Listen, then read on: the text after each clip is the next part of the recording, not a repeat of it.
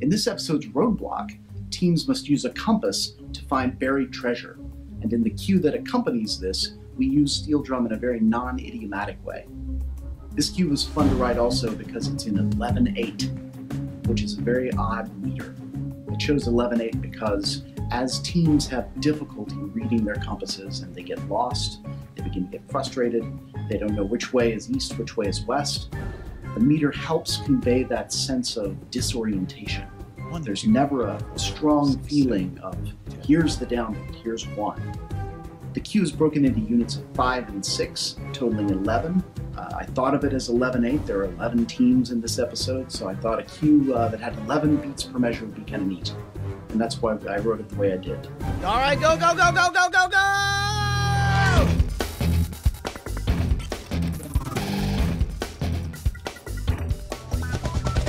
Welcome to Cordkillers, created in 4/4 time, because we don't know crap about music. But our mission is to report intel from the front lines of the cord cutting revolution so that you, my friends, have the information you need to be able to watch what you want, when you want, where you want, on any device you please. I'm Tom Merritt. Hey, man, I'm Brian Brushwood, and I got a pop quiz for all you audio listeners. What the hell do you think you just listened to?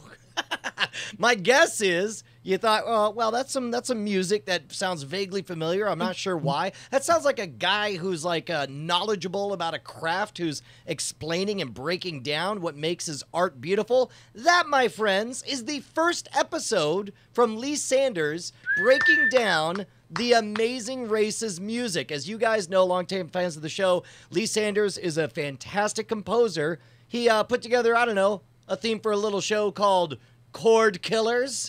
We cannot thank him enough for that, by the way. We love that theme. And Lee is an incredible musician and musical talent. And the fact that he was willing to put together that theme for us still blows me away. He has also put together the music for 25 cycles of The Amazing Race. And now he's got this amazing podcast. It's breaking down the music of The Amazing Race, explaining how he took different cultural, environmental themes. I love what he said about, it's got kind of an off-kilter sound to it, and he actually breaks down here. He explains the way 6/5 time or 11/8 time. Here, watch this. Turn this up.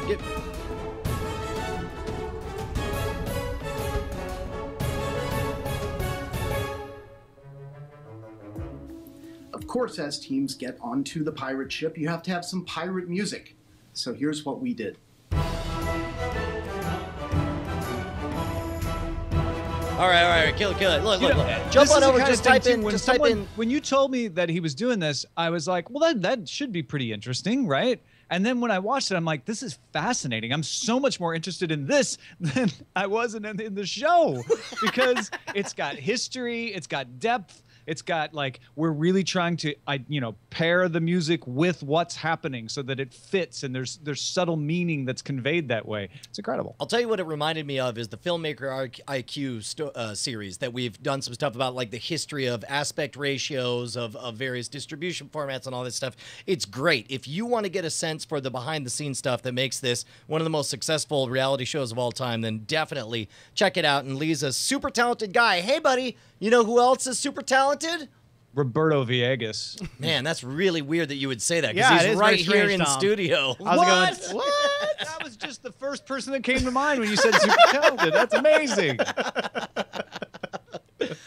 Yeah, we're joined live in studio with Roberto Villegas. He or Vincent 404 is how many of you guys know him in the chat room and of the chat realm. And My So-Called 8-Bit Life. My So-Called 8-Bit Life, yes. And what else? He also runs sound. I don't know if we've talked about this. Roberto runs sound on all of our Scam School shoots. He's a live on the scene sound person. Yep, I do all the monitoring. I end up getting myself in headphones, getting really, really concentrated on the audio, sometimes to the point that I'll forget that the trick is over, and no one will have given me the signal of, like, cut the audio, because I'll be, like, so in tune of getting everything like, no, I right. can't. It's sounding too good right now. In fact, my favorite moment every time we do a Scam School is I'm in the zone trying to get ready for the trick. Yep. And then and so I hold up a little QR slate that goes beep into my microphone so that all the cameras can slate with a QR code. And I never think of where Roberto is, but it's always this voice out of nowhere. It goes boop, and I hear, "Got it." That's amazing. Well, thank you, Roberto, for joining us. We got Jeez, some not a good problem stuff at to all. talk about today. We've got a brand new Amazon series. We got some Roku chicanery, and we've got the FCC messing with the internet in our primary target. That sounds so unlike them. Hands off my internet. All right, so actually, thanks to Morgan Wick on Twitter for pointing out this story. Multi-Channel News, citing multiple sources, says the FCC is preparing a notice for proposed rulemaking that would define an online video provider that delivers a linear stream of programming as what's called an MPVD, a multi-channel video provider, similar to a cable or satellite operator. This would give these online entities access to programming through those rules that we've talked about in the past that include things like must-carry channels and retransmission fees, et cetera, et cetera. Now, the FCC is doing this notice of rulemaking because previously they concluded that an MPVD has to control both the content and the transmission path. And if you remember back in the frame rate days, there was a network called Sky Angel that wanted to move online and just operate online, and they had Discovery as part of their package. And when Discovery found out that they were going to stop being a cable provider and be a television service over the internet, Discovery said, well, we don't want to be a part of that. And the FCC concluded that an MPVD had to have control of the content and the transmission path at that time. So these new rules would remove the requirement for the transmission path. And they would say, as long as you're providing a linear channel, in other words, you know, the channels that we're used to, and they're being broadcast at the same time as the broadcaster provides them, then they would fall under the definition of an MPVD. Interestingly, the NCTA, which is the lobbying group and the industry group for cable television, is arguing that the transmission path should remain necessary. They argue that if you take the transmission path out of these rules, that would make this regulation of the internet. Oh, and God. so we shouldn't allow competitors in here because the pipe is important. Oh, that is complete and utter BS. Because this is huge news. This is like probably the most exciting thing I've heard. As a guy that is kind of a cord killer, sort of lives as a cord never almost, having the ability of having just the idea of a channel that truly honestly exists online, that's able to sort of even provide a lot of these other channels that don't quite exist online, is exciting. And I love the idea that the FCC's even coming in and saying, you know what, just because you don't control the pipe, because no one truly controls any of our sort of broadcast pipes. I mean, yes, cable companies do to a certain degree, but having that idea of just that it's going to happen is exciting. Like, I'm very, very thrilled about this. Okay, explain to me. I'm either devil's advocate or ignorant advocate. Allow me to advocate for the ignorant here. MVPDs have to be under must-carry laws, right? There's certain local channels that they have to provide. Is that correct? Well, yes and no. There are two rules. There's the 1976 Act and the 1992 Act, and both things are true. There are channels they must carry, local broadcast channels, unless those channels say that they want to be paid, in which case they then have to negotiate a retransmission fee, which is what happens when cable companies lose a channel. Remember, we've had CBS or Fox stations in certain areas disappear from a channel lineup. It's because the broadcaster chooses to require a retransmission fee, and the cable company and the broadcaster can't agree on what that fee should be. Okay, so, and I guess I'll direct this to Roberto, although it's going to sound unfair because it sounds like I'm going to trap you. But what I'm honestly doing is expressing what I don't understand. And maybe you have an insight, or maybe you're just as trapped as I am. How can you reconcile your excitement for them allowing over the internet network cable providers to be under the same rules as MVPDs? How do you reconcile that with net neutrality excitement? I guess it's more like this. I ultimately want more content online. I want more things to come online. I want to be able to watch everything online. I don't feel that my computer screen is anything different than my television screen. In fact, that's pretty much where I get the majority of my content is through a computer screen, whether it be on my phone or some type of format. So for me, it's not so much that I'm concerned about the whole net neutrality thing. I'm really just excited that they're lifting this kind of really arbitrary rule that says you have to broadcast it in this way because that's how we've done it for all these years. And sort of by putting this ability of saying, well, if you're online now, because that's always been the thing, is that online has always been viewed as this sort of different thing, this sort of secondary experience versus the primary experience. And for me, it is. So I'm excited because, there are so many channels that are on cable that I'd love to watch that aren't necessarily like your big CNNs and things like that, but things like the El Rey channel, things like Sure. I think they had a horror channel they showed at Fantastic Fest and things like that. I mean, I guess understand, like, I totally, from a practical perspective, totally understand your enthusiasm. Right. And this is a step in the practical way to get what we want when we want on whatever device we want. However, I have grave concerns that along with this proposed rule would come baked in the requirement that this provider provide. I want the FCC telling me what to provide on the internet. Yeah, but full stop. Yeah, but the full stop. But the beauty part is about the internet is that even if you choose not, you can choose to do all the stuff. Like, you can keep all the content that everyone else tends to watch, but you don't have to. You can still do the independent stuff. No, but that's just it. Is this is the difference? Is now under this ruling, and again, it's not a ruling; it's a proposed rule that they would do internally or whatever. But as I'm reading it, now you have the FCC in the business of telling people what they have to do on the internet, and I ain't a fan of that. But it's if you want to be considered an MV. Like, in other words, if you want to have that classification and all the powers and all the abilities that come with it, then yes, you have to follow these rules. If you do not want to be classified as that, you're still able to come into the internet and still able to push your content.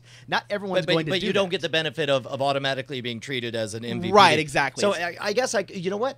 I didn't expect you to pull this off, but you basically laid it out as it's a trade-off. Yeah, right? It's an option. It's an option, and if you want the content that comes with the cable, if you want all that stuff. Well played, sir. How close were we on this discussion, Tom? Did we? No, you're dead on. Right? Okay. Because Brian, you were the NCTA's dream there at the beginning of this, right? Because what the NCTA doesn't want is competitors. Because the NCTA is made up of Comcast and DirecTV and Time Warner Cable, and they do not want this to happen viciously, because they spent a lot of money laying cable for people to be able to get television or building satellite transmission infrastructure. And if all of a sudden any of us can just go, hey, all I got to do is buy some servers and I got to do some of the back end to receive the programming, but I could just send it out over the internet without having to spend all of that money building the infrastructure to deliver it in the homes, then so many other companies can get into this ballgame. We already have OnQ. We already have Sony. We already have Dish talking about doing this.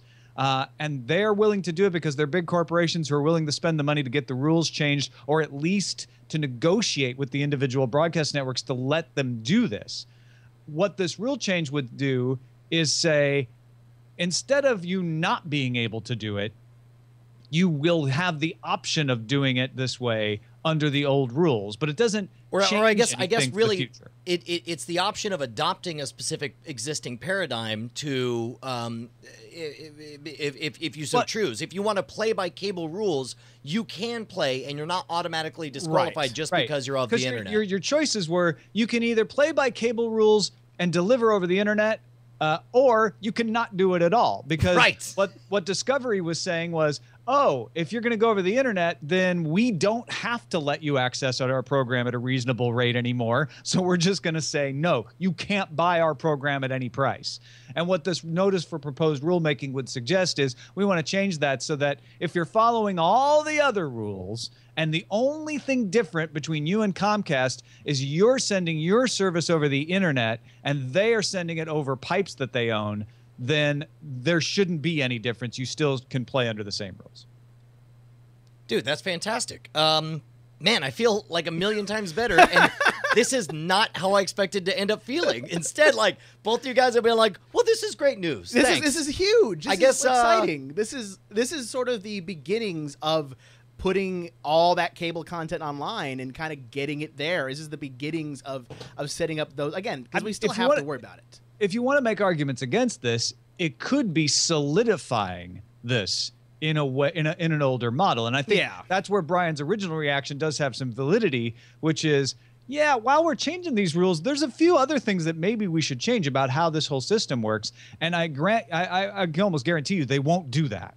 No. And maybe that'll change down the road. But I mean, ultimately, at the end of the day, when you're on the internet, you have a choice. You don't have to necessarily go and watch all these different linear things. You can go, you know what? Let me go over watch some Rooster Teeth content. Let me go watch some stuff on YouTube. Let me do whatever. You don't have to, if you want to have that sort of cable content that's there, you have the option. You just got to play by that rule. If you don't, that's fine too. And that's sort of the beauty of the web. And that's why I'm not super worried about this. If this starts to gain traction, expect the NCTA to really come out hard with the things Brian was saying at the beginning. Oh yeah, right? for sure. And like, this is the FCC regulating the internet. Much like the like cable providers have come out, internet providers have come out like heavily saying like, we don't need any rules for any net neutrality things. We don't need to be, so there's because it's easy. The thing is, it's not regulating the internet. It's regulating a business that wants to deliver broadcast content over the internet. To me, the entire discussion ends the moment you say voluntary. If you choose to enter this paradigm, if you choose to run your business under this set of rules, this is the baggage that comes with it. Now we're done. And so it's but I think you're right. I think this is the kind of thing that that is so easily skewable if you're in the anti-competitive frame of mind that anyway. I got nothing. I didn't expect. I was prepared to spend 30 minutes arguing this, and you guys just both shut me down. Good job. Well, I haven't seen an argument that easily won since 1955, Brian. 1955. What happened in 1955? In 1955, Haupage. Actually, the model number of the Win TV HVR is 1955, according to this Google search here. Didn't actually happen then. But the other thing 1955 is the number of patrons we have. No, I'll tell you what matters is 1955 is the year that Marty McFly went back to in Back to the Future. Yes. It also is the number of patrons that we have. It's how many bosses we try to please every single week here at Cordkillers. You are looking at us broadcasting live from a spare bedroom with a ramshackle studio with 3 people in here and 1 remote in Los Angeles. Guess what? That kind of thing doesn't come free. Certainly comes relatively cheap compared to traditional media, and it comes relatively unbiased thanks to your dollars. We don't have to pretend like we're in love with Hulu Plus. I don't know why I picked that example. That's weird. But let's say someone said you have to say you like Hulu Plus, you know what we'd say? Screw you. Get out of my house. Also, how did you get in my house? There are certain things about Hulu Plus that I can understand might make a significantly decent business model, but there are certain other things that I feel need to change before I find it that I can recommend someone pay $9 a month for it. Look, that's too complicated. We just need to say that you like Hulu Plus. No. We don't have to do any of that because we got patrons. Oh, what you have? I'm sorry, you have patrons? Yep. Well, then I guess there's nothing I could say about that, sir. Thank you to the folks who make our show independent. Patreon.com/Cordkillers. You guys are the best, and you're our bosses, and you make things like signals intelligence possible. Oh, which is what we're going to do now. I mean, we can vouch for the signals. I don't know about the intelligence. It signals that intelligence is possible.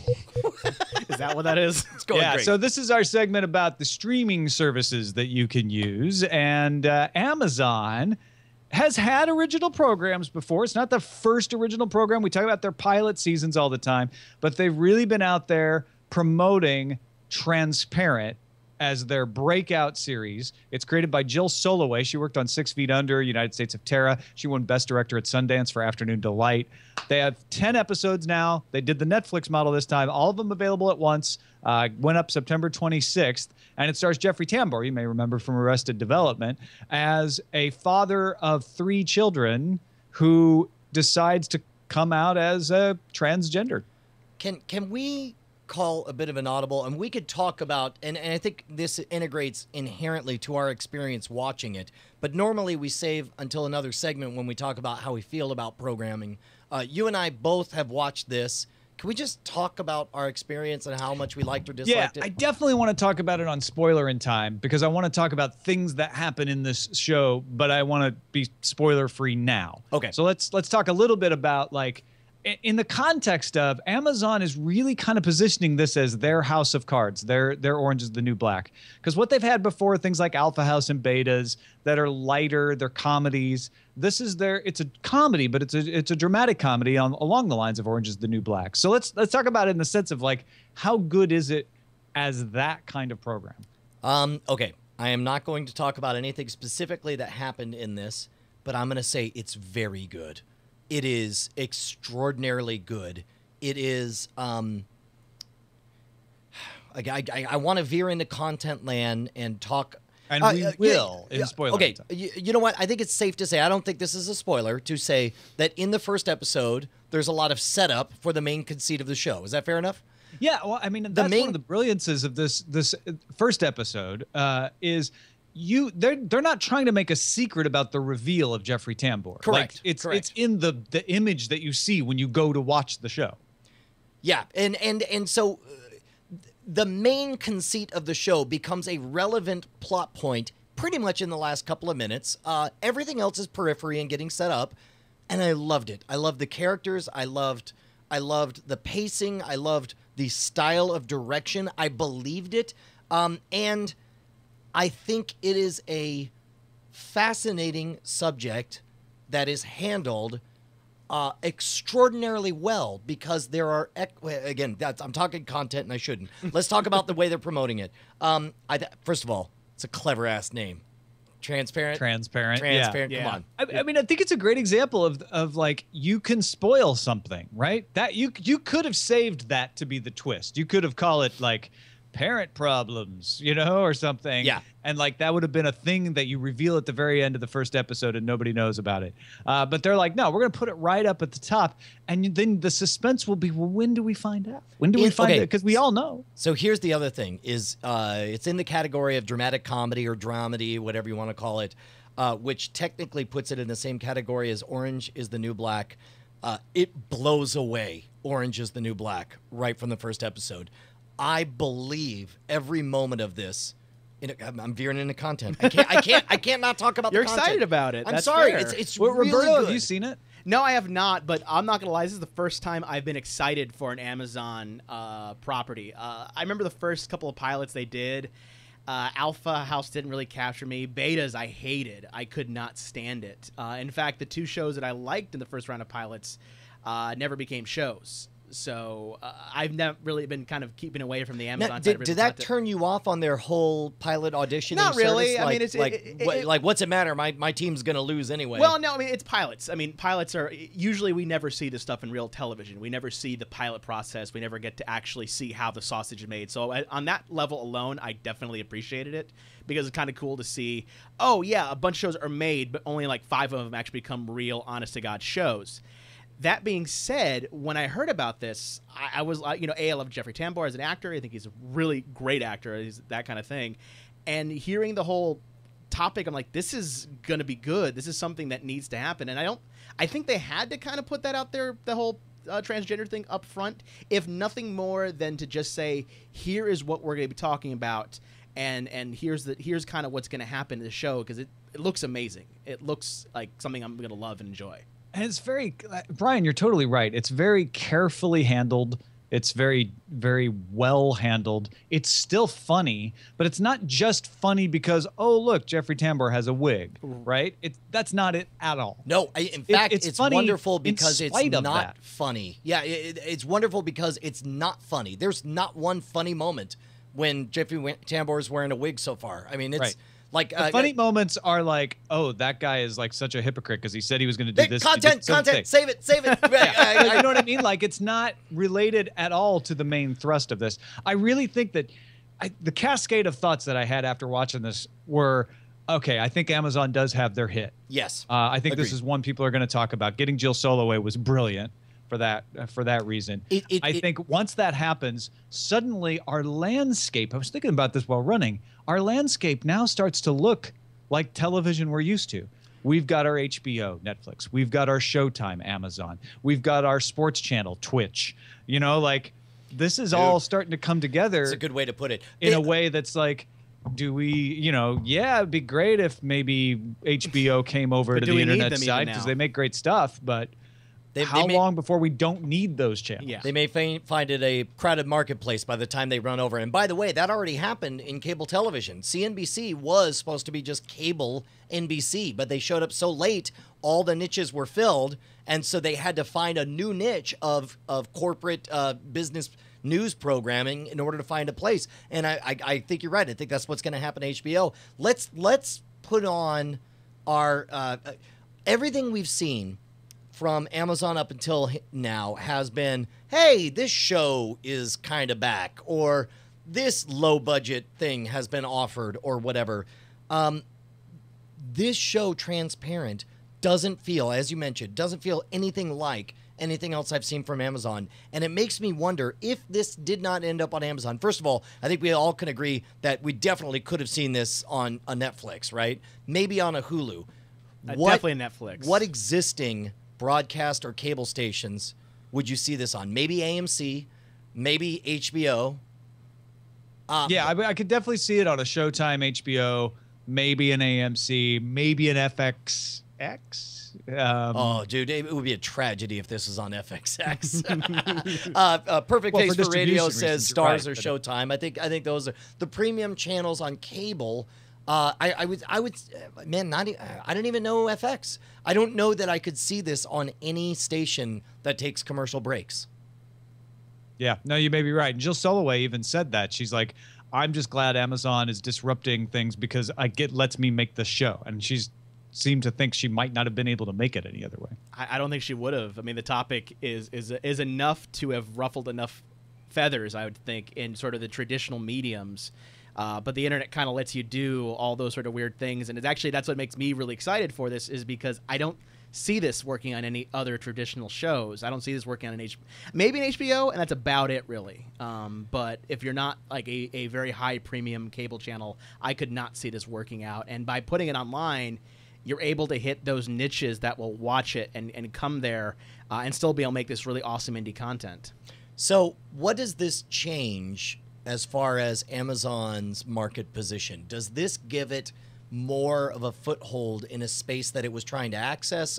Or does this feel, because it doesn't feel like it's just trying to do its Kmart version of Netflix. It sounds like, it feels like there's some specific voice that it's reaching out to and nailing with this. That was an unfortunate metaphor. Forget I said that. Doing no, very I know what well. you mean, though. It's Amazon isn't just like, it felt like with Alpha House and betas, they were like, well, Netflix doesn't have any like laugh out loud sitcoms coming. Let's do that. And one of them can even be like the counterpoint to House of Cards, and we'll call it Alpha House. This feels like Amazon going, no, let's get serious. Let's just find something good and find something that speaks to an audience that doesn't have a show elsewhere.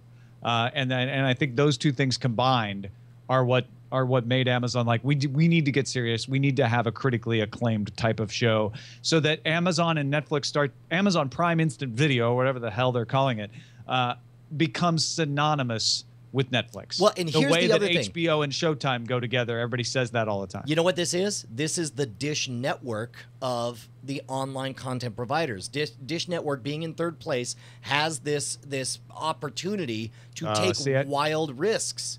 Like, I don't know. I don't think that applies here. I don't think whoa, Amazon is in hold that on, third place. Wait. People are going to Amazon to buy USB dongles, and they are advertising giant cross-dressing Jeffrey Tambor and they're putting on Front Street like it's like the hot new thing that everyone should be aware of is this transgendered, which is normally a very fringy market to touch. I mean, this is a bold play, I think, for them. It is, but I don't think it's because they're the Dish Network. I know your theory, and I agree with it, that often the folks at the back try harder and do the cooler things. So I don't think that's what's happening. Or take bigger risks. Because Hulu's farther behind them, and so is Redbox Instant. Yeah. And, like, Amazon's definitely number 2.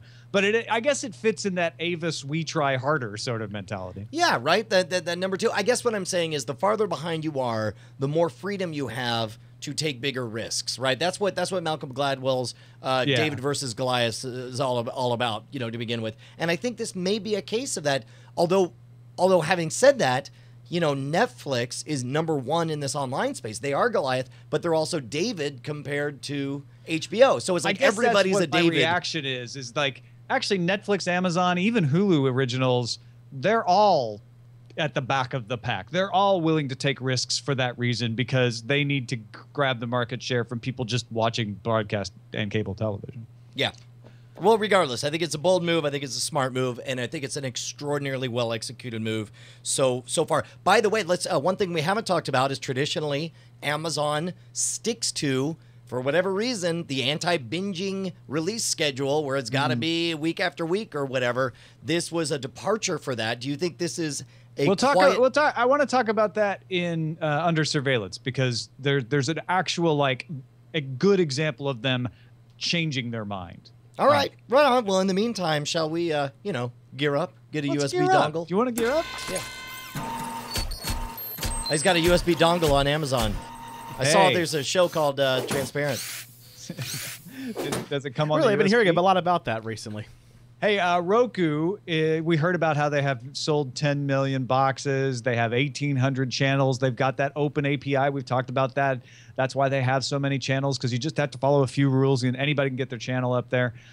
They, according to GigaOM, are starting to get a reputation for having aggressive salespeople calling popular channels and asking them for revenue deals. Several sources told GigaOM's Janko Reckers that they were pretty aggressive. So he went and talked to Roku's Stephen Shannon, who's the GM and SVP of Content and Services, who says, yeah, as revenue increases for a channel, we're going to call them. We have some more sophisticated offerings for them. And yes, we will do a revenue share on things like selling ads and stuff. But in exchange, they get increased promotion. And it's very hard to stand out in a store of 1,800 channels. So the deal is, hey, your channel's starting to do good. We want to help you take you to the next level, and we get a cut of that. However, I guess the idea that you might get dropped from the store was left out there and unclarified by some of these salespeople. It does all point to the fact that Roku considers themselves an internet services company. Selling these boxes is very low margin. That's just their way into people's homes. That where they want to make most of their money is on these rev share deals. So I have a theory that I want to propose to you, Roberto. Okay. Could it be that the whole reason this feels icky to me? First of all, does it feel icky to you? Partially, but not any more icky than any other revenue share models that exist. I feel it's icky because they don't put it up front. There, and that might bingo. Be it. Look at that. Look at that. You jump right to my point. So here's my point is that it feels icky because no, we don't restrict anyone entering our marketplace. We want to have the benefit of becoming a dominant position because everyone could come in. However, also, you're kind of popular and a lot of people like you, and we'd really like some of your money. Got a nice channel here. It'd be a shame if someone were to, push it out of the front line. That I'm kind not of thing. saying it'll disappear. So here's the thing, is by not labeling it, there's one word that could fix all of this. If they had their version of the Twitter verified checkmark, if they made people, congratulations, you're now a Roku partner. You get advanced placement. You get all this stuff. You get X, Y, and Z. Of course, part of that is that we participate in revenue, but we also bring in this opportunity or whatever. If they made this an honor, if they magicians say, if you want to hide it, paint it red, and I feel like they didn't paint it red, and as a result, it's a hideous shade of purple. Because everything has some type of revenue share model. I mean, YouTube has, when you monetize, they get a cut of the ads.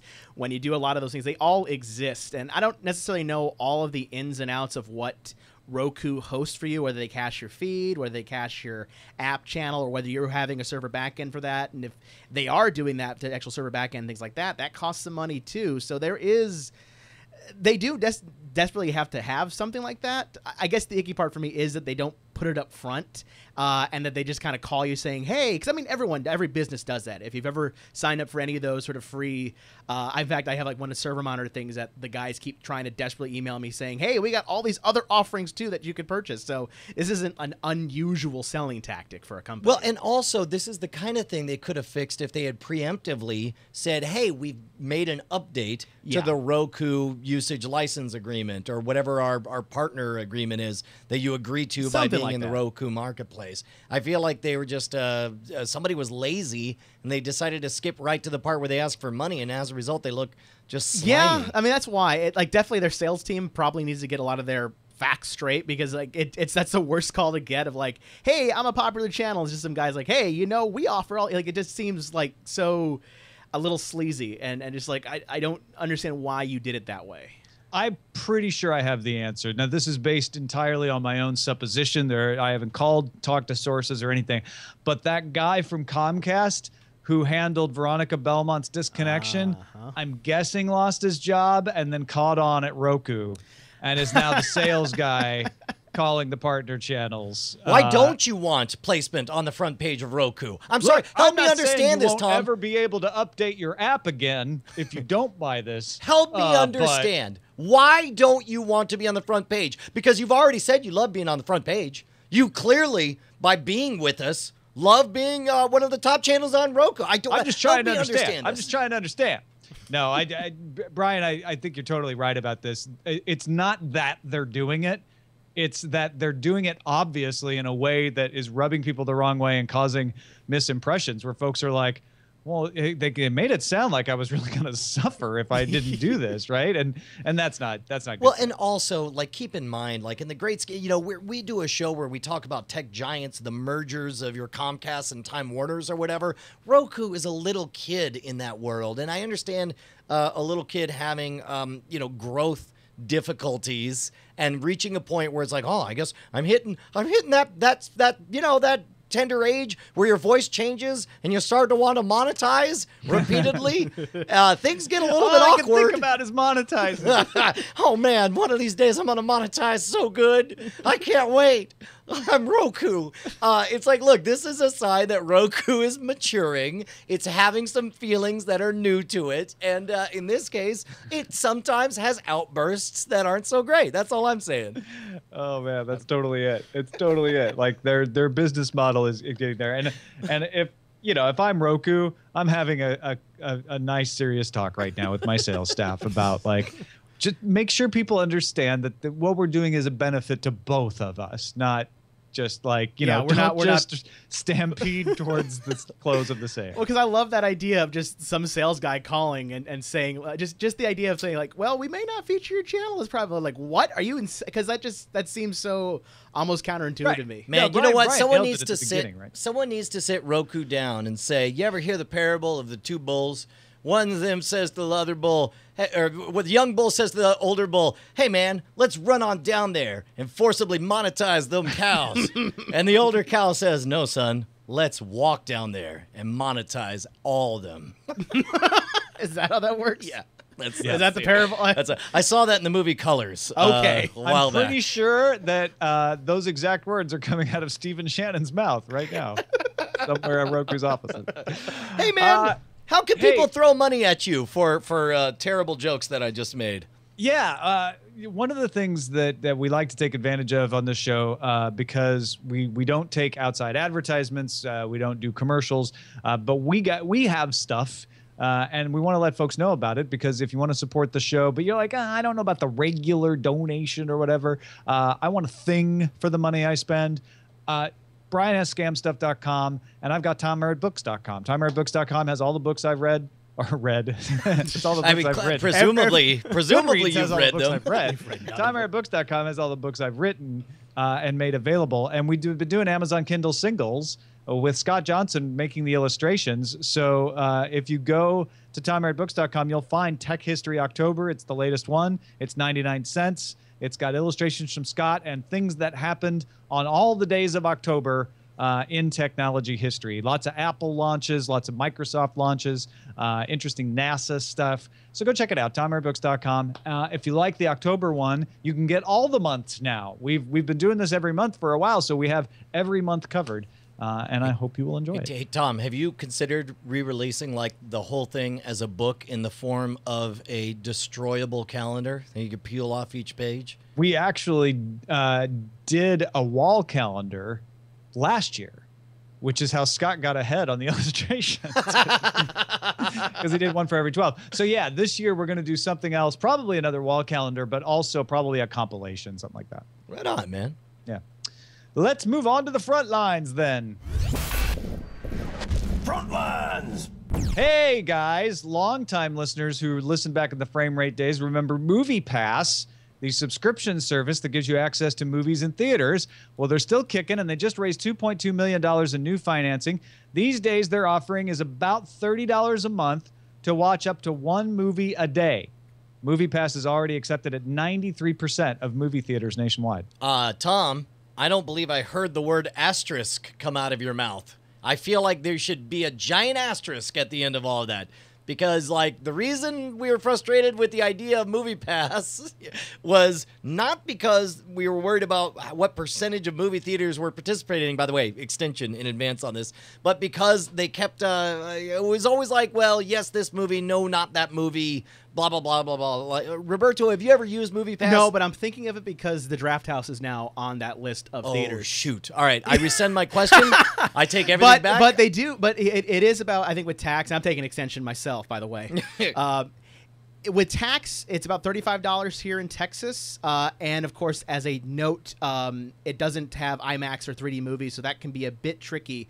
The only issue I have is that I only really see about 5 movies in a year that I really truly want to see. This may get me to see some of the movies, like the bad movies that I've never really wanted to see, but want to see how much of a train wreck they were. Well, and plus also this is $30 a month per person, right? Right, exactly. So I'm still, if I'm taking my kids, I'm still paying for right, my kids. And I'm not certain how, especially at the Draft House, when you pre-order chairs and you sort of position yourself that how that all works out, and especially the guy who buys tickets in advance, how that all works out yet. But I think I might sign up and give it a shot, actually. Tom? There are no restrictions or blackout dates. MoviePass members are able to see up to one traditional 2D movie once every 24 hours. Currently, the MoviePass does not allow you to unlock your card for enhanced 3D or IMAX movies. This is good for somebody or maybe a couple who live in a place where movies are about $15 a shot, which is New York City, among the other places. Sure. And are like, well, we're going to see more than 2 movies a month, so hell yeah, we're going to do this. Well, so that's $60 a couple to go. I mean, I mean, first of all, kudos for them for nailing the price efficiency. But unfortunately, they've reached the uncanny valley of like whether or not I'm even going to do this, because you're still going to spend $90 on popcorn when you get there. Well, that's why the theaters are willing to do this, right? There's no more, other than the like it has to be a 2D movie. There's no more like, oh, and major releases, you know, like it's all the movies that are 2D in the theaters that are participating, because the theaters are like, well, that's where we make all our money off the popcorn anyway. All right, man. Are you in or out? I'm in. You're in? I'm in enough to give it a shot for like a month or two, and then I'll find out after that. Tom, are you in or out? I'm out. I don't see 2 movies a month. Yeah. I'm also out because I have children, and this would be $120 a month. Hey, man. Spike TV is developing a series based on Kim Stanley Robinson's Mars trilogy. That's Red Mars, Green Mars, and Blue Mars, for those of you uninitiated. With Game of Thrones producer Vince Gerardis, the series would be named after the first book, Red Mars, with Robinson on board as a consultant. Man, am I excited about the Kim Stanley Robinson part? Man, am I not excited about the Spike TV That's part. exactly what I was going to say, because Spike TV really just screams science fiction. I'm excited for more sci-fi on television in general. I just know how much budgets are required for science fiction shows, and they don't seem to always push that envelope to get way more budget. All right, well, I'll take an extension on this. First of all, if there's any story set on Mars that is more about the political intrigue and less about the mechanics or the powerful visuals, then it's the Mars, this Red Mars, Green Mars, Blue Mars trilogy. However, understand it's not just the political intrigue that people are tuning into Game of Thrones for. They got MF and dragons on that show. Yeah, there's effects. And that's expensive. Yeah, that's what I'm saying. So, and people are going to want to see MF and Mars in this series. Have you read this trilogy, Tom? I have read Kim Stanley Robinson, and I definitely want to see this. I think if I were Spike TV now, I might be a little insulted. You're just kind of jumping to the conclusion that I don't got the money to make this right. I think that's mainly because they don't seem to have indicated that they have the money to make this right. Yeah, they've never really put a strong science fiction following behind them. That doesn't mean they can't. No, it does not mean they when can't. AMC got into the originals game, everybody's like, all they do is acquire old movies. How are they going to make anything good? Tom, I have more confidence in the Sci-Fi Channel than I do in Spike TV to do this. I don't even have any confidence in the Sci-Fi Channel coming. anymore. Let's get ready for Mars NATO coming at you on Spike TV. I bet this is going to be good. I'm going to buy it. I hope it is. I hope it is. I I'll love watch that it with story. commercials. Hey, another one that's going to come to television is Real Genius. Rebooted as an NBC modern-day workplace comedy focusing on the relationship of two incompatible coworkers, which sounds like it has almost nothing to do with the original movie. It's going to be written by David King from Parks and Rec and Craig DiGregorio from Workaholics. On board to produce it are Adam Sandler's Happy Madison Productions, 3 Arts Entertainment, and Sony TV. Let me make a pitch for this. And this comes from a man who hasn't seen what this is going to be and hasn't even watched the show he's about to disparage. But what if, and preemptive extension here, one of the things that Real Genius did that we've not seen again since is represent a brilliant man as, you know what, I take that back. Like, essentially what made Real Genius a hit was the same thing that made Iron Man a hit, which was representing genius as something awesome that made you cooler than everyone else, right? The Big Bang Theory has done very, very well, and it represents basically your grandchildren with all those internet memes. And yes, there's smart equations in the background or whatever, but essentially they are unlikable, dumb people that are the punchlines of your jokes. Whereas Real Genius has the chance to immediately buy in with an existing property and maybe, I don't know, represent smart, awesome, hilarious, funny, talented people. I'd watch a show that, forget everything you read here. Picture this just says, they bought Real Genius, it'll be Tony Stark in a cubicle. Would you watch Tony Stark in a cubicle? Because I would. You forget the fact Happy Madison's making it? I don't care, dude. He ain't in it. That's all that matters. That's still... Take an extension. Prove me wrong. Spike TV makes a piece of genius material with Kim Stanley Robinson on board. And it's like, well, it's going to suck because Spike TV is involved. On the other hand, when Comcast and Adam Sandler get together to make Real Genius and describe it in a way that's nothing like the movie, that's okay. Tony Stark in a cubicle. That's all I'm saying. I'm just going to keep shouting those words over and over until you agree. Bringing up the idea of Big Bang Theory and Real Genius, that like just instantly turned me off in the show. Like without even really giving it a fair shake now.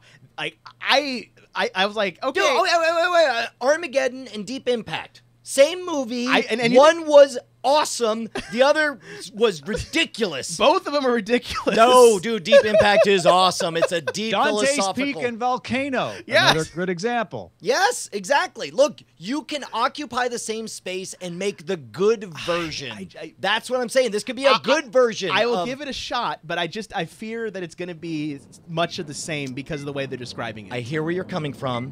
5 words. Tony Stark in a cubicle. Redbox Instant has not been able to sign up new customers or allow existing customers to change payment information for 3 months. Rumors are swirling about whether Redbox will get out of the business just to switch rentals, or switch just to rentals, fold into Verizon's OnQ, or what. So, what's your gut say about this, Tom? Yeah, I don't know what to make out of this one. I threw it in there because I think it's interesting that Redbox hasn't been able to sign up a new customer for 3 months on Redbox Instant. The other thing it said in this story is that if you go to Redbox, all they talk about is the DVD rental part, which is doing quite nicely. They don't say anything about Redbox Instant. You can't link to it or nothing. So they're obviously going to kill this thing. And whether Verizon just absorbs it or rebrands it or something, I don't know. Yeah, I got nothing. This is outside my wheelhouse. I mean, though I've never used Redbox Instant, I've never used a Redbox. Full stop. Have you? No, neither have I. Right, I've well, wanted we're to not for gaming. yeah, no, I'm not qualified. I mean, we'll just let it go. We're not worthy. qualified. That's our motto here at Finally, Cordkillers. Apple TV got some new channels. This isn't really a discussion, but it's worth noting for people who didn't know. Sky's Now TV service has added the entertainment and movies to their app on Apple TV. So if you live in the UK and you weren't using that because it only had sports and you're not into sports, now it has entertainment and movies as well. Who's not in the Premier League, Scott? This is Tom. Tom. In the United States, you can now get the FX Now app, which is supposed to get all the Simpsons episodes at some point in October. Wow. Dude, that's huge. Speaking of which, side note, did you see that the guy who did the Rejected cartoon, his couch gag for The Simpsons got released? today. Which one's that? Okay, if you ever I haven't heard this yet. okay, it's I forget the cartoonist. Somebody in the chat will have the guy's name in 2 seconds, but it's the one you're like, my spoon is too big. There, Don Hertzfeld. Okay. He did a couch gag for The Simpsons, and it just goes off on like a 3-minute crazy future tear. It's amazing and weird. Look that up. It's amazing. All right, let's see what's under surveillance. And I don't mean your email. Sorry, NSA. This is just things that we can watch or are watching. Before we get to our own watching habits, a couple of notes here. First of all, Vivo has its biggest slate of original shows since it started doing original shows 5 years ago. 100 episodes worth of original programming. One that's getting a lot of notice is AKA, in which musical artists like Iggy Azalea or Neon Trees explain how they got their names, their band names or their stage names, and then their stories are just basically, this is really clever, their stories are just voiceovers with animations kind of being funny and illustrating the story. Number one, 2 things. Number one, I hate all of this programming. Everything I read, I think sounds awful. I think this is exactly what MTV did. They had a dominant position for showing music videos, and instead they extended their brand and they became about reality shows. However, having said all of that, I think this is the right business decision. I think there's a reason that MTV did it, and there's a reason that it makes sense for Vivo to follow in their footsteps. Keep in mind, Brian, I mean, first of all, you don't like any of this stuff because it's not meant for you. Right, But correct. second of all, they don't have to choose. Vivo's in the enviable position. They don't have to take videos off the air to put the real world on the air. Correct. They're like, hey, we got videos. Want to watch videos? Watch them all day long. No problem. Want to watch AKA? You can do that too. Like, it's not an either or choice. Yep. Again, I understand all of that. I won't watch it. It's not my thing. I loathe it. I think it looks stupid. But I also applaud their decision to do this. That's a smart business decision. All right. Amazon flagship show Alpha House returns for binging October 24th. And this is why I wanted to hold off on what you were saying earlier, Brian, is Alpha House originally was put out week by week for the run of its 10 episodes or whatever.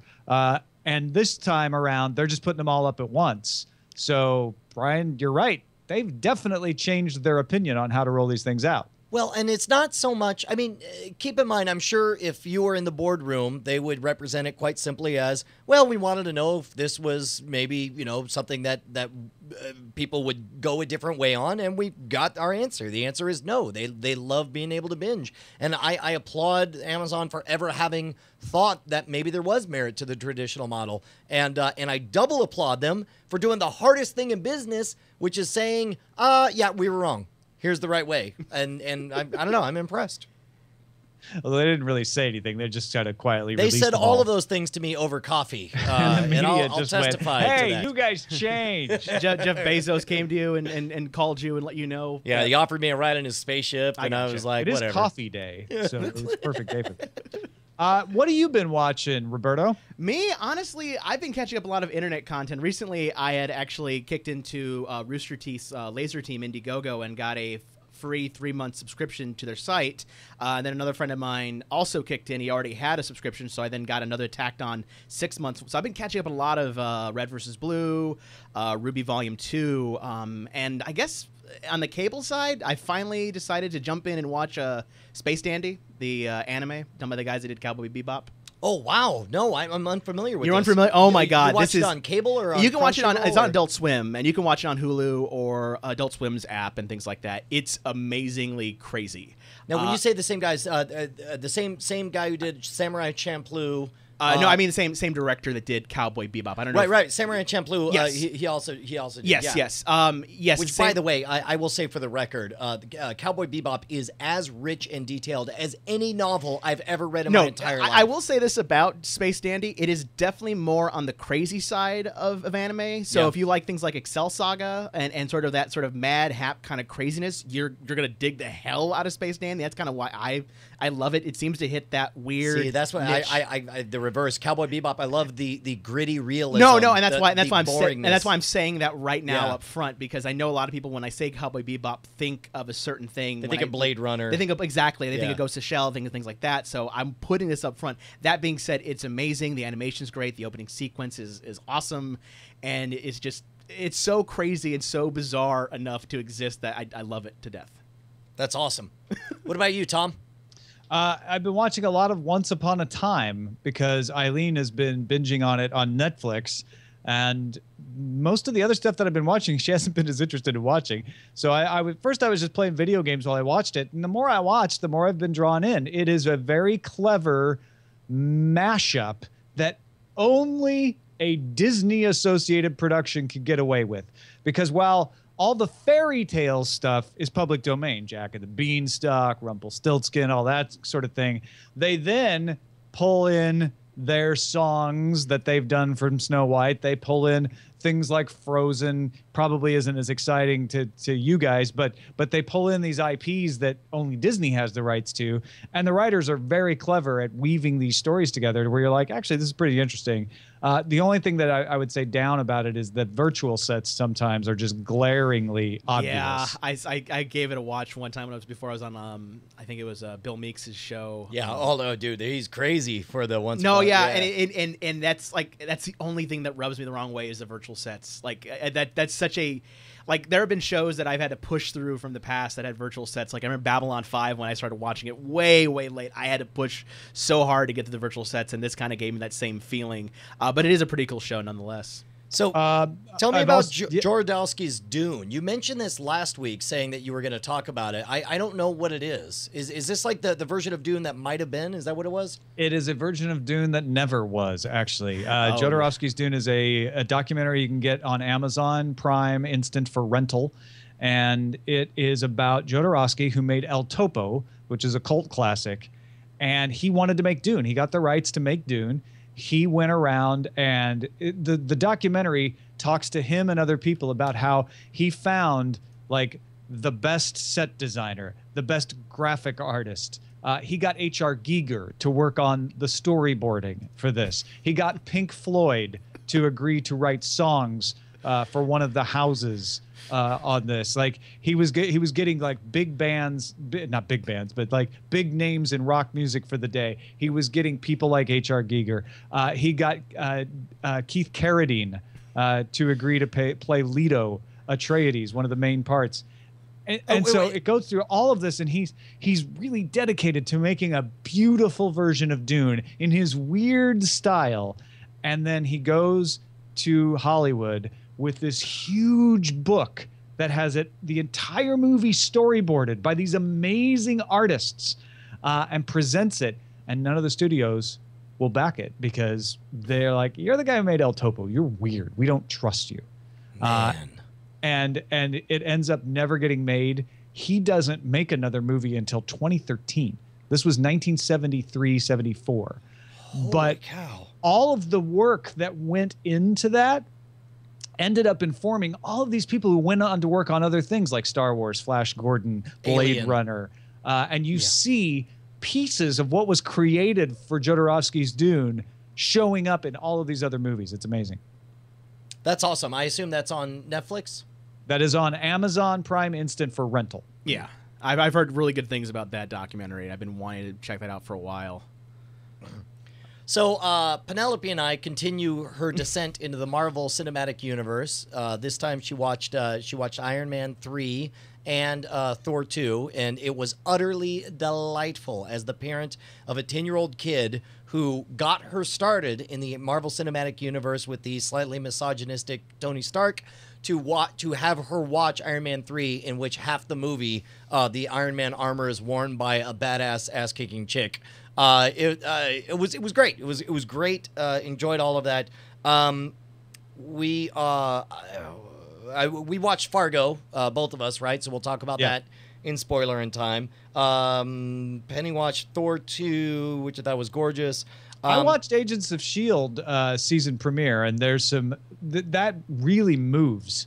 It really the pace is like off to a racing start, unlike season 1, and there's some interesting twists and turns in there. Do you feel like we could just jump in? Like, could I take Penny straight from now that once she's caught up? I would take her from Winter Soldier to the episode that happens right before Winter Soldier and after, and then go from there in season 2. Okay, Because all right, there's really good stuff at the end of because season we are halfway through Winter Soldier. I think my rental runs out soon. In fact, holy cow, I forgot. Thank you for reminding me that my rental for that we have to watch the second half of Winter Soldier, which she's really enjoying. Oh, and in fact, I signed Penny up for Marvel Unlimited, and she is just diving in, reading the comics, and it's so Nice. great because she's such a fan of fantasy. She's such a fan of the Harry Potter series. It's awesome to see her finally liking the stuff that I liked when I was her age, which means finally she's right. As opposed to Speaking of which, we now that Korra season 4 is about to get started on Nick.com, it's all online only. So we're getting caught up on season 3 because we couldn't watch it because we had cut the cord before. So we're watching Korra season 3, getting through that. And last night, I ended up watching like 20 minutes of Getting Doug with High with Doug. It's Doug Benson doing a podcast. However you feel about, marijuana, whatever. It's like a sommelier is to wine is the show about weed. And I watched Jack Black get so wicked high that he almost like left the show. He had a safe word and everything. It was fascinating. It was hypnotic. I couldn't look away. There was like 5,000 people watching live. Awesome.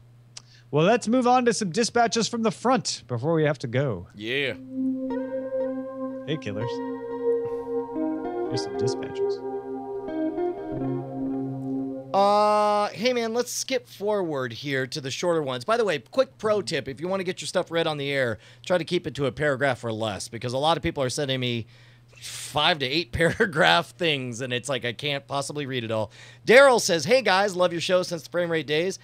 So you've been talking about spoilers recently, and I have a question for Tom. You mentioned on It's Spoiler in Time that Brian's spoilers for season finale of Leftovers did not affect your enjoyment of the episode. Then later, you discussed Mum, one of the most pivotal episodes of The Shield. Amazing show. And I'm curious if you would have enjoyed that as much if you knew what was going to happen. It sounds like you experienced the gut punch from this episode that Brian felt when he watched the Leftovers finale. Of course, seeing an episode and having that holy S-word moment feeling don't have to be the same, but I think there are certain scenes that have such an impact, it's better not to know what's coming. And there's another scene you'll eventually experience that will make this one seem tame, which, by the way, thanks for the spoiler, jerk. Oh, and fun fact for Brian, the writer, or at least co-writer of Mum, was Kurt Sutter, the creator of Sons of Anarchy, another great show, which, yes, as a matter of fact, you see winks and nods in Sons of Anarchy to The Shield. In fact, one of the characters is in prison watching TV, and he's watching The Shield. Nice. But what do you say about that, Tom? I mean, that's, what if you hadn't gone to Greenville High School and had gone somewhere else? Would your life have been different? Like, yeah, my personal theory on stories is that you're going to enjoy them no matter what. And so that's why I'm not as worried about spoilers. He answers his own question in there. Daryl says, there's a gut punch moment. You would not have felt the gut punch. And if all you want is gut punches, then this would be heinous to spoil. I like this gut punch. And I think, I'm probably glad that I didn't get spoiled on it. I really am. But he's saying, would you have enjoyed it as much? I don't know. If you had spoiled it and I had watched it, maybe I would have. Maybe the suspense of knowing, and we'll talk about that in Spoiler in Time when we talk about Transparent, gives you a different kind of enjoyment out of it. But I'm not going to say like, oh, because there are gut punch moments that could get spoiled and take them away that therefore spoiling always ruins it. It just changes your experience. We talked about this in Spoiler in Time. I actually had the reverse gut punch because I had read some comments, like on IMDb or something, reviewing that season where they referenced that moment, but they used verbiage that led me to an incorrect conclusion as to what the context was. And when I got there, knowing this was the big gut punch, it turns out it was the exact opposite of the gut punch. And I was like, what? So I don't know. There's still room for surprise. It's all a philosophical matter. There's no right or wrong answer. And if you want to avoid spoilers, you should be able to reasonably do so. Yeah. Where are we going next? Let's go to Jared's. Okay. Just go ahead and take out the ones that we're going to skip. Yeah, I'm sorry. I always feel presumptuous, telling Jared you. says he was about to sign up for cable, and then he re-signed when this happened, literally days away from breaking down and signing up for the service. I decided on a whim to connect the coax cable to an empty outlet behind my TV. Well, long story short, he found out he got a bunch of channels here. His local stations in Memphis, Sundance, AMC, SEC Network, NFL Network, Fox Sports 2, etc. He looked up and he feels like these are probably unscrambled QCAM or QAM channels, QAM channels over any active line. He thinks it's legal, et cetera, and he thought it'd be helpful for some listeners to know. Yeah, it depends on where you are and what channels you're getting. He talks about getting 80 channels for free. That's a lot for the QAM service. During the digital TV transition, a lot of cable companies were allowing this or were asked to allow this. There's also cable companies who just say, you know what, letting those basic channels go out unencrypted is easier than going and putting filters on everything. So we're just going to let it happen. Some of them even make it a sort of cool thing where it's like, hey, if you get internet service from us, you'll get these basic channels for free. So it kind of depends on what company you're talking about and where you are. However, the cable companies don't care about enforcing this. They're spending more of their time pushing for the right to scramble these channels, which right now they don't have the right to scramble QAM channels. Yeah, that was a weird thing to me. Like, there was a whole push in the late 90s to really guilt people who were accidentally getting free cable and tell them that they were stealing. And that was always really weird for me. I'm like, look, you guys are the assholes putting all this content on my television. How am I the one stealing it? You know, it's like... Because you plugged in the cable. That makes it theft of service. Well, you couldn't have got those things on your television if you hadn't plugged in the cable. Okay. Okay. All right. You had to take action. I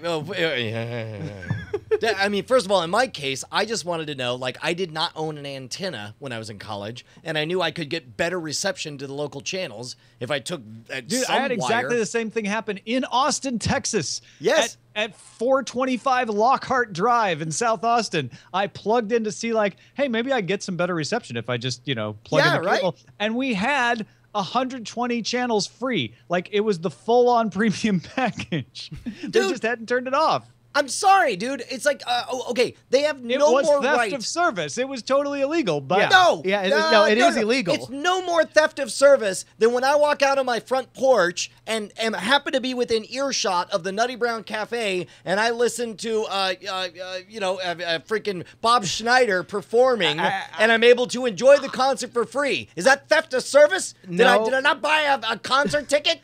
No, but you did plug in a cable, like the action. Yes, I had to walk out to my porch to hear the concert that's in the air. I walked up to the Continental Club and just put an ear, like a funnel to the door to hear how crowded it was in there, and then all of a sudden I find out, I'm listening to Junior Brown. I just walked into the theater and walked into a. Tom, I'm okay with that. That's great. You and I may be okay with that, but the Continental Club isn't going to be, and that's theft of service. They can only not be okay to it to the extent Actually, the Continental Club guys are so cool, they might have been like, whatever, dude. Yeah, okay. But the Continental Club can only be upset to the extent to which your being there disturbed their other patrons. They can't, there's some old parable about like a chick who enjoys the smell of fresh bread every morning. She opens her window and smells, and the baker gets mad, and he's all like, "Why are you enjoying my fresh bread smell?" And he sues her, and then the wise judge says, he's like, "You got to give him 1 billion pesos." So she gives 1 billion pesos, and he gathers it up in his arms, and then the judge goes, "Psych." And he's like, "Wait, what?" He's like, "Just like she got to enjoy the promise of fresh bread, you got to enjoy the promise of this reward money, and that's all you get." You can sermon on the mount all day long. The fact of the matter is, this isn't an ethical question.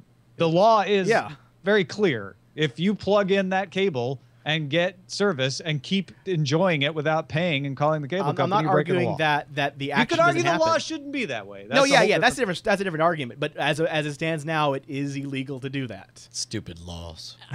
There's plenty of stupid laws. Hey man, where can we learn about your stupid laws? at my so-called 8-Bit Life. Oh, you can catch any of the content I tend to do there at CosmicRadio.tv. For 8-Bit Life, it's /8-Bit Life. But probably people here, especially guys who tend to watch a lot of cord cutting kind of things. I actually do a podcast with Brent Hughes called Cinematography, and we recently did a video talking about probably my favorite recent animation, BoJack Horseman.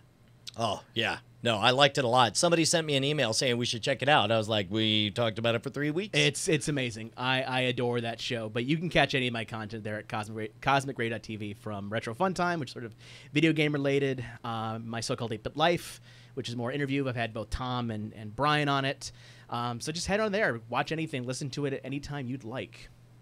Right on. CosmicRadio.tv. Of course, if you guys want to chime in, let's keep them a little shorter, guys. We want to read as many as we can, so keep it about a paragraph long and we can read it. That's Cordkillers at gmail.com. Or you can head over to cordkillers.com, do a little feedback thing right now while you're watching us live. Go ahead and do that, and we'll do our best to respond to you guys. Thank you, Lee Sanders, once again, for the Cordkillers theme song. You rock. Go check out his Amazing Race series as well. We will find you on the internet. You won't even expect us to be there. We're gonna sneak up. Soon. We're gonna entertain and observe the hell out of you. We're gonna sit there and comment about how we feel about every decision you make. Now go roll a theme.